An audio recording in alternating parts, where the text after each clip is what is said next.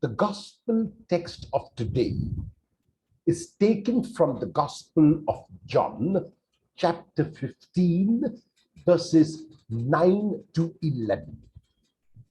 The word love and loved appears 5 times in these 3 verses. And so very clearly, these verses are about love. The love which the Father has for Jesus is the same love that Jesus has expressed and shown for his disciples. It is a love that is unconditional.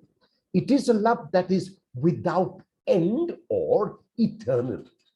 It is not merely a verbal expression or an emotion, but a love that is shown tangibly in every action that Jesus performs.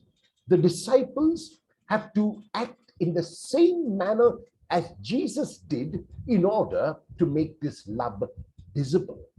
There is only one commandment that Jesus gave and continues to give his disciples, and that commandment is the commandment to love. If the disciples keep this commandment, it will result in their being like Jesus, their master, who before them revealed God's love to the world. Keeping the commandment of Jesus is thus not a chore or a burden, but something that is done willingly because one has first experienced this love. One has received this love, one has assimilated this love, and the outcome of this sharing and manifestation of this love is unbounded joy. The word love has been a word that is used so often that it has been abused.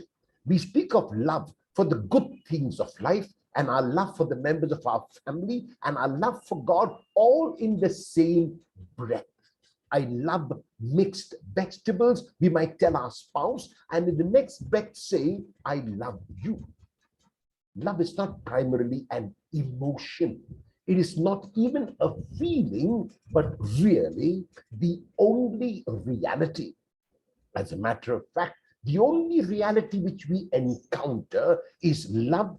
Fear, which is regarded as the opposite of love, is not real. It is an illusion.